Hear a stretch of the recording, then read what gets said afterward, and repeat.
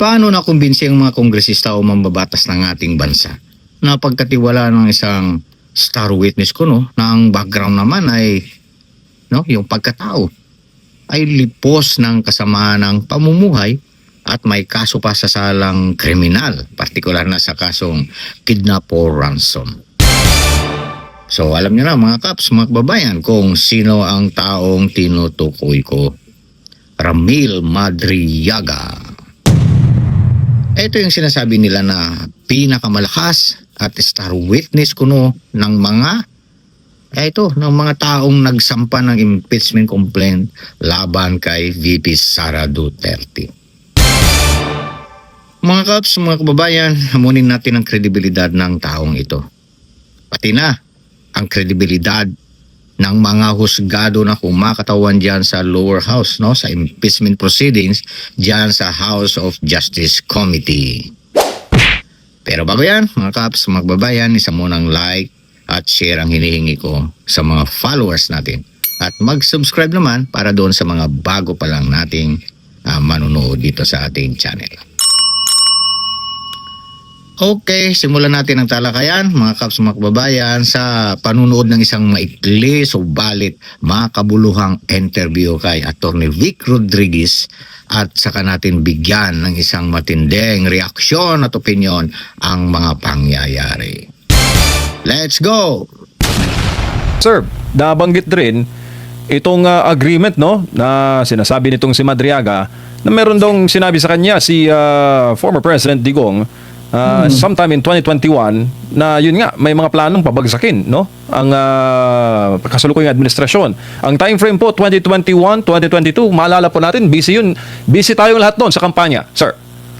Tama, ito yung nasa paragraph 29 MJ, yung patungkol sa kanyang subheading na term sharing and destabilization effort. Alam niyo, unang-una ito hearsay dahil ang tinuturo niyang source ng kanyang information ay si Pangulong Rodrigo Roa Duterte. And as you know, hindi naman pwedeng basta tanggapin natin itong deklarasyon ni Ramil Madriaga nang hindi available for cross-examination o hindi man lang matanong yung supposedly declarant o yung nagkwento sa kanya ng kwentong ito. So yung kanya hearsay But be that as it may, pwede mong subpinahan ngayon yung magkapatid na Marcos.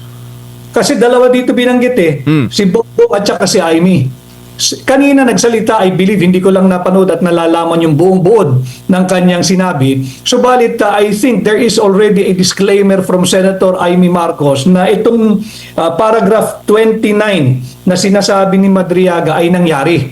So may denial na. Now, for the sake of fairness and clarity and due process and equal protection of the laws, marapat ipatawag ng House Justice Committee, subpinahan ninyo si Senadora Amy Marcos para makumpronta niya itong si Ramil Madriaga. Pangalawa, subpinahan ninyo si Bongbong Marcos kung totoo yung pagdinig ninyo para makumpronta niya o kumpirmahin niya yung sinasabi ni Ramil Madriaga na mayroon silang pagkakasunduan ng term agreement with VP Inday. Dahil wala naman si VP Inday sa salaysay ni Ramil Madriaga pero yung dalawang magkapatid na yan. So subpinahan nila. At pag yan naman ay kinumpirma ni Bongbong Marcos, di kasuhan din nila si Bongbong Marcos for betrayal of public trust. Imaginein mo, you're courting the votes and support of the Filipino people for president. Yung pala may side dealings ka na hindi ka tatapos ng termino mo pagka ikay naging Pangulo. So may ipit na ipit itong affidavit na ito. Napakawalang kwentang script. Kung sino man ang sumulat nito, kinuha lang yung malaking bayad tiyak. Pero walang patutunguhan itong affidavit na ito. Do you think, sir, magbabackfire ito sa kampo ng Madriaga? Naku, backfire na. Backfire na. Butas-butas na ito. Yung kayong sinabi lang niyang painting Yung mismong artist na ang nag-deny. Yung si Binibining Tanya Gaisano Lee. Yung artist nung pinakitang painting, di ba? Sinabi niya, yan ay likha ko. Akin yan. Ako ang nagbigay kay Mayor Inday Sara Duterte nung si Mayor Inday Sara Duterte mayor pa ng Davao City. How can you debunk that? Yung mismong lumikha nung painting ang nagsasabing akin yan, gawa ko yan. Ako yung artist niyan. So yung palang ipit na siya doon eh. And then yung sinasabi niyang siya ay bahagi ng VP security group. Bakit hindi sumpinahan din naman yung dalawang colonel na binabanggit, si Colonel Lachica at saka yung I'm looking at the name now. I'm looking for the name now, MJ at Admar. Velasco. Colonel Nolasco. Thank you. Colonel Nolasco and Colonel Lachica. Again, for clarity, for balance, for objectivity, for fairness. Just do not give too much credit on this detainee and facing charges of kidnapping na binibigyan niya ang treatment parang gospel truth. Binabanggit ni rin niya sa panimula itong paragraph 9 niya that he was directed by PRD no less na magtrabaho bilang counterintelligence agent ng NSC. Kaka-resign lang naman today, hindi na busy ito. So pinahan ninyo si General Eduardo Anyo dahil I believe nung panahon din ng ni PRD aktibo sa security cluster si Ed Anyo at yung kanyang si General Hermogenes Esperon na naging National Security Advisor. Tanungin, talaga bang counterintelligence agent under your office NSC itong si Ramil Madriaga? Ayan mga Kaps, mga kababayan. Diyan ako interesado sa pahayag na yan ni Atty. Vic Rodriguez.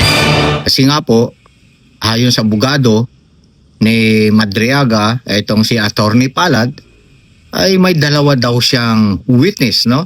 Na ipapasumpina para magpatunay o para mag-corroborate sa mga statements ni Madriaga.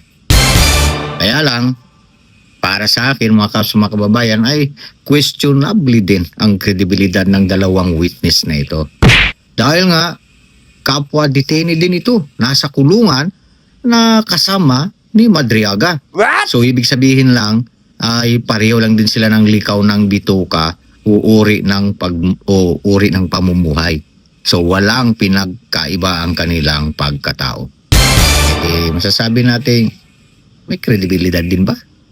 Diba? Tama o mali? Oh no! Ito mga Kaps, mga kababayan. Ito ay opinion at reaction ko lang ha. So, susugan ko lang ang sinabi ni Atty. Rodriguez. Dapat kung talagang totoo ang mga nakasaad sa affidavit ni Madriaga na siyang pilit na iginigiit ni Atty. Palad na totoo daw kuno, matibay daw, di mas mainam nga na ipasubpi na rin itong si Senador Amy Marcos at ang Pangulong BBM. At yung iba pa, no? May dalawang kernel at itong si General Anyo naka-resign lang. Batay sa sabi ni Atty. Rodriguez. Dahil di hamak ang kredibilidad nila kaysa sa mga witness na nakakulong, no, sa mga saalang kriminal. O di ba? Ang punto kasi ng usaping itong mga Kaps, mga kababayan ay yung tungkol sa gustong patunayan ng kampo nitong mga nagsampa ng impeachment complaint sa BP Sara na totoo nga daw na may relasyon or malapit ang relasyon o closeness ng VP Sara at etong si Ramil Madriaga. Ha? At kaya tuloy, no, nadamay ang pangalan ng magkapatid na Senador Amy at Pangulong BBM. Oh no! Ayan. Ang dami kasing dala, no? Kung ano-ano nilalagay na adlib doon sa kanyang affidavit para lang magpatunay kuno na may relasyon sila, malapit ang kanilang relasyon, no? Diyan kay BP Sara. At kung sakali na dumalo nga sila, no, mga Kaps, mga kababayan, kung sakali na dumalo nga itong magkapatid, no, at patutuhanan ang sinabi ni Madriaga na may terminong arrangement o agreement sa pagitan ng BP Sara at PBBM, abay masasabi natin totoo. At 100% credible nga itong si Madriaga. Ito yung sinasabi niya na may usapan na hatian daw sa termino ng VP at ng Presidente. Sabi daw sa kanya ni Digong. What? Kasangkot pa si FPRRD dito. Di pasubpi na rin nila si Digong doon sa daig, no? At pauwiin ninyo dito sa Pinas. Yari na. Makakauwi niyan ngayon nung wala sa oras. Si FPRRD. Diba?